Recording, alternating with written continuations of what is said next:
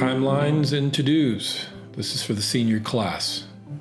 Hi, my name is Ed Sanderson. I'm the CEO of Ducerus Total College Solution, and this is March, and we're going to talk about what high school seniors should be doing right now. And I'm kind of grinning because we're what we call kind of no man's land. You've gotten through all the applications for admissions and financial aid, and now you're just kind of sitting and waiting. And the worst part is typically around March, you've heard from some schools, but you haven't heard from all of them. So you're kind of in no man's land. Just relax, take a nice deep breath, because that's part of the process. And you probably should know that when it comes to college admissions, each school's kind of got a unique approach to how they do things. So I call this college admissions sales and marketing 101, in that some colleges want to be first. They want to get your attention right out of the gate, say, you're in, congratulations, we can't wait for you to come here. And then parents and students get excited and they want to run and get their sweatshirt. Again, just wait, because what you want to do in this situation is get all the information from all the colleges and all the universities, and then you can start to make an informed decision. The other thing they do when it comes to admissions letters is sometimes if you get a merit scholarship, they include that in the letter. So not only did you get in, but you got some money too, which takes the excitement level to a whole nother plane. And now we definitely got to sign up because we got some money. Well, let me tell you a little secret. Getting an admissions letter that has a merit award in it doesn't necessarily mean that that's all you're getting, which leads me to the next point, which is admissions first, financial aid second. So they kind of don't do it together. It's kind of an interesting thing, and we'll talk more about this in next month's video. Let's talk about to-dos.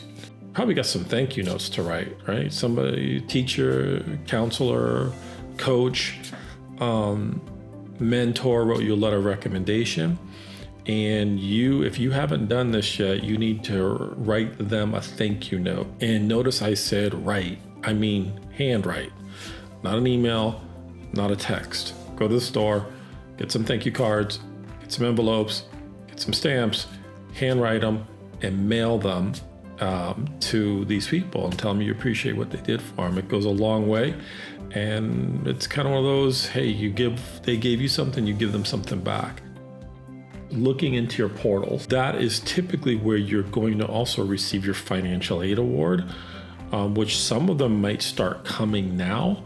Most of them will probably come late March, early April. But you want to check your portal because they also might be waiting for something. They may need something for you in order to finalize your admissions application. Under normal circumstances, that might be an SAT or an ACT score, might even be a transcript. So you want to check those portals on a regular basis to make sure that they've got everything they need. And if they're sending you notification information, you're up to date on what is going on with your applications. For admissions and for financial aid for that matter. Spring break is right around the corner for a lot of high school students. This is the time typically when you would go on a tour of the university or college that you're interested in. Now, some schools are doing tours. I have a number of students who've taken some already. And if that's not the case, you're not comfortable doing that, then I would say that a lot of schools have virtual tours on their website. And there are now companies that post and you have access to virtual tours. Some of them are free, some of them you have to pay for them. But I think it's important that you go and get a feel for that campus. If you're planning on, and particularly if you haven't made your decision, you're planning on spending at least 4 years at this university or college, it's really important to get kind of a bird's eye view of what your life is going to be like. So what's going on in the community? Does it have things that you're excited to do? And that can be recreational, that can be community service, that can be extracurricular activities on and off campus. You might be interested in where the transportation situation is. Can you have a car?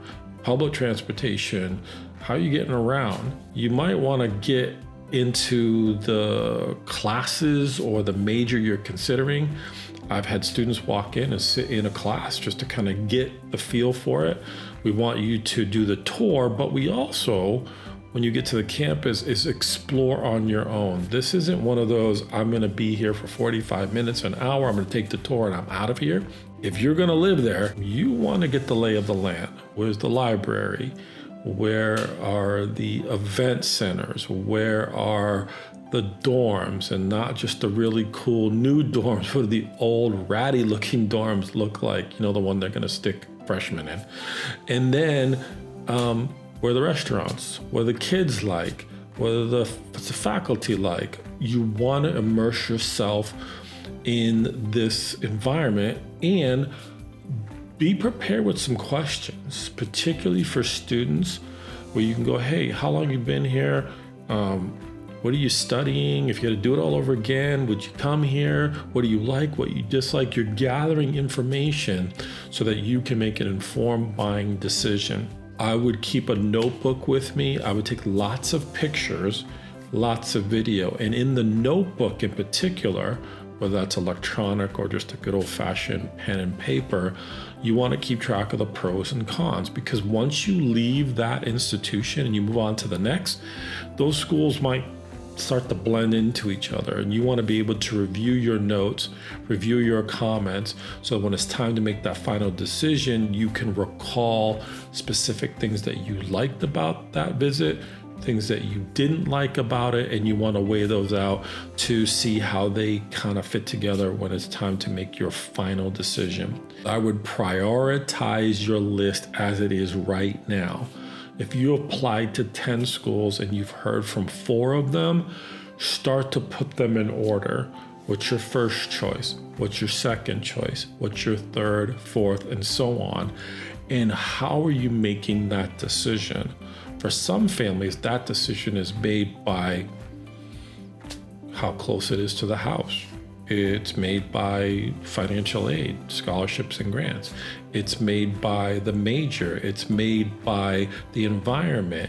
There's so many different things that factor into that. So you want to prioritize that list, come up with your own system on what makes sense for you as the student, how that fits together with the goals, your goals and aspirations.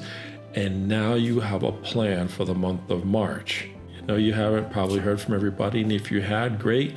You've got a to-do list, some things you want to do to get prepared to make that final decision.